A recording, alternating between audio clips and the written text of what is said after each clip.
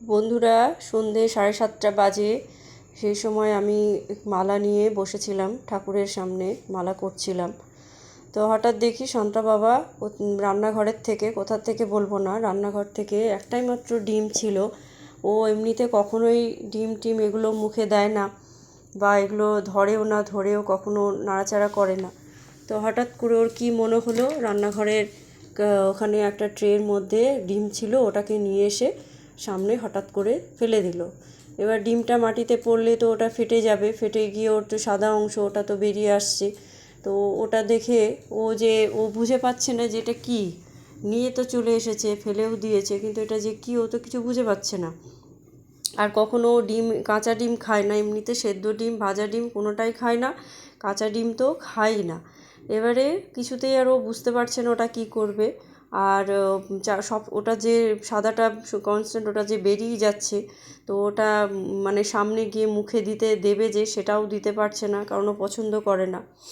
তো এক দৃষ্টে তাকিয়ে আছে, আর আমিও এই সুযোগে একটা ভিডিও করি যে ও কী করছে, ডিমটা শেষমেশ নিয়ে ও কী করে, আমার শুধু সেটাই দেখার। মালাও করছি, এদিকে ডিমটা ছেড়ে বাইরে যেতেও পারছে না, বাইরে কোথায় গেটে আওয়াজ হচ্ছে, কী হচ্ছে, ছেড়ে যাবে সেটাও করতে পারছে না।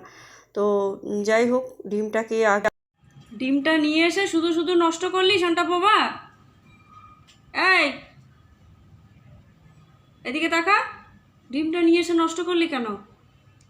হ্যাঁ, তুই তো ওটা খাবি না, তুই তো কাঁচা ডিম খাস। এইদিকে তাকা, তুই কাঁচা ডিম খাস? তুই ডিমটা নিয়ে এসে ফেলে ফাটিয়ে মাটিতে ফেলে এটাকে নষ্ট করলে, আমি তোকে রাত্রে দিতাম, ভেজে দিতাম তো। এই, এদিকে তাকা ঘন্টা বাবা, আমি কিন্তু ডাকছি। ডিমটা নষ্ট করলি কেন? কি করবো ওটা এখন?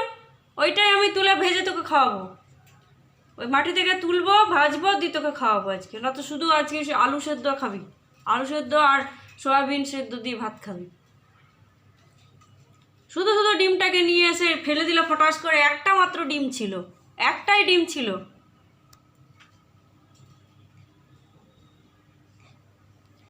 তো দেখো, ডিম নিয়ে অনেক কেরামতি করে শেষমেশ ক্লান্ত হয়ে গিয়ে রাতের খাবার খেয়েছে, খেয়ে নিয়ে এখন নিশ্চিন্তে ঘুম দিচ্ছে, যেন কিচ্ছু জানে না।